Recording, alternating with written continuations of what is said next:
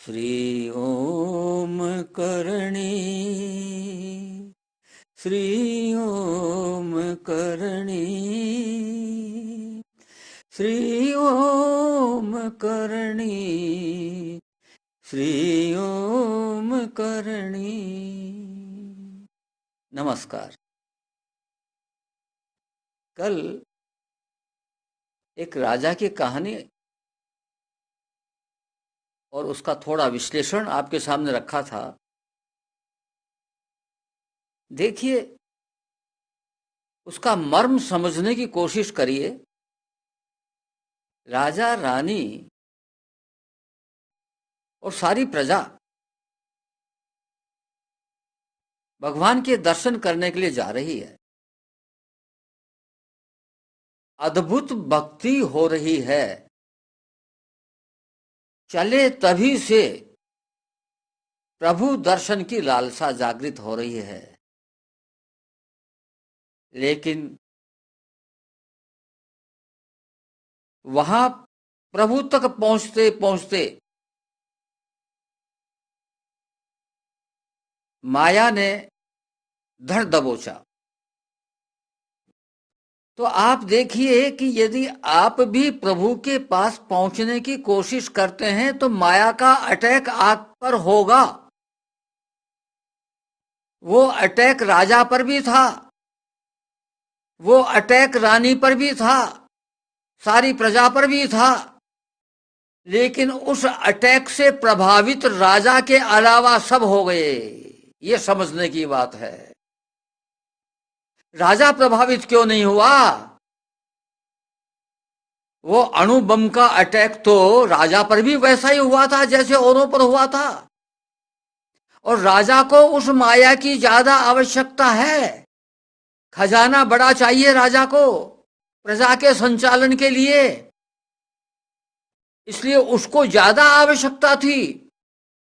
फिर भी उस अटैक से राजा प्रभावित नहीं हुआ। तो ऐसी कौन सी शक्ति राजा में थी जो औरों में नहीं थी? वह शक्ति है भक्ति। जिसके पास में भक्ति है, माया अपना अटैक तो करेगी, आक्रमण तो करेगी, लेकिन उस आक्रमण से भक्त प्रभावित नहीं होगा। माया तो आपके प्रारब्ध के अनुसार आपके पास आएगी।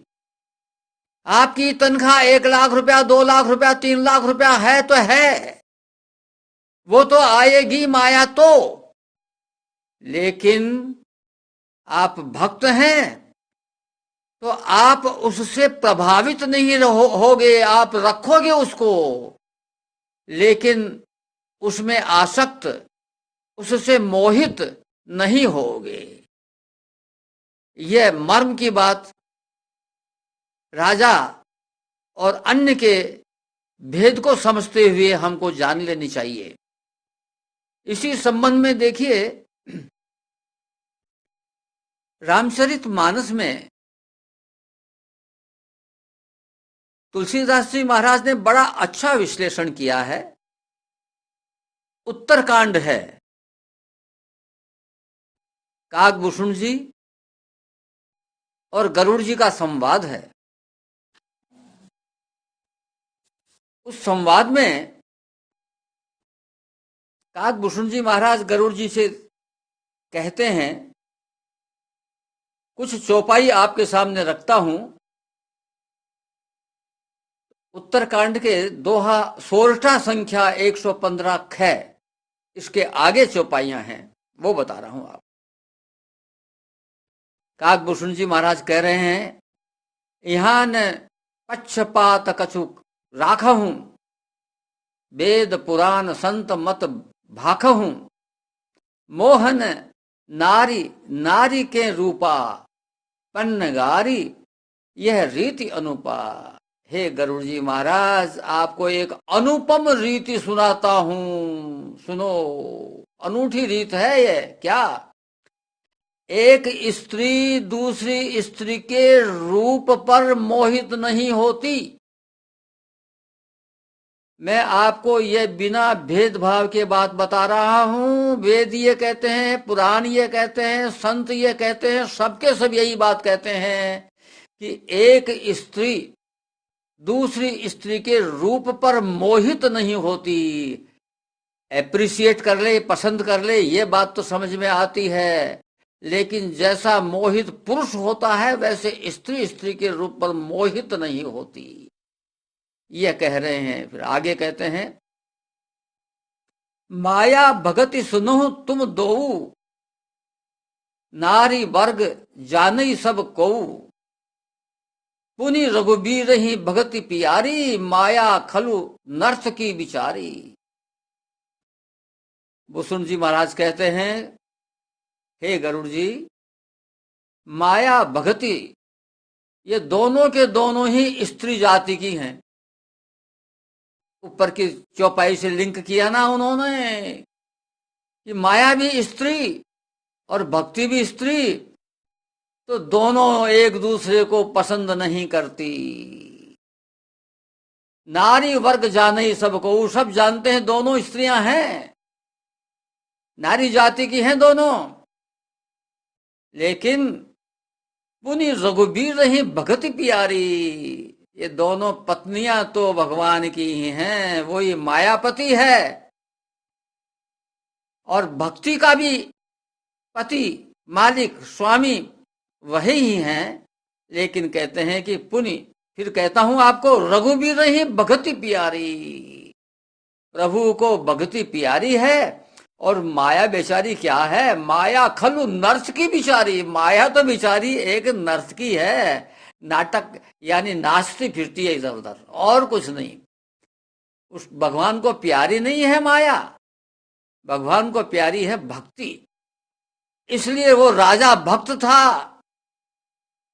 प्रजा माया में फंस गई। डोलो भाई, ले जाओ ले जाओ ले जाओ। आगे देखो क्या कहते हैं, भगति ही सानुकूल रघुराया, ताते ते ही डरपति अति माया। यानी भक्ति जिसमें है प्रभु उसके अनुकूल होते हैं। तुलसीदास जी महाराज भूषण जी के मुंह से कहलवा रहे हैं कि भक्ति जहां है वहां प्रभु की अनुकूलता होती है। देखिए, यानी इस जीवन में दो ही चीज हैं, अनुकूलता और प्रतिकूलता। अनुकूलता हमको चाहिए, प्रतिकूलता हम नहीं चाहते।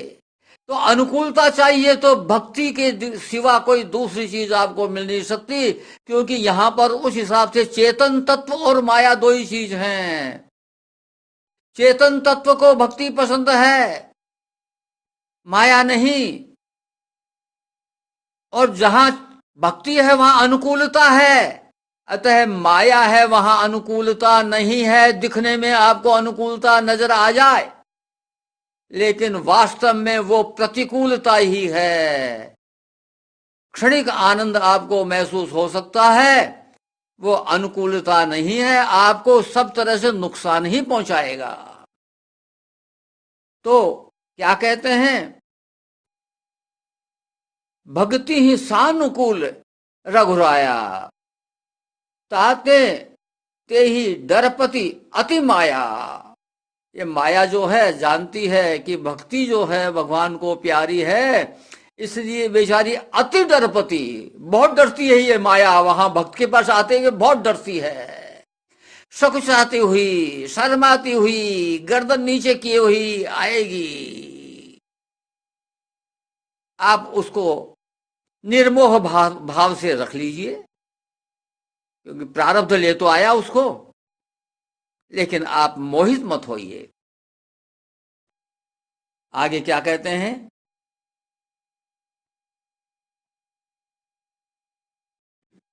राम भगति निरुपम निरुपाधि, बसई जासु उर सदा अबाधी। कहते हैं जिसके हृदय में उपमा रहित और उपाधि रहित राम भक्ति, यानी राम भक्ति की कोई उपमा नहीं है, इसकी कोई बराबरी कर नहीं सकता। सदा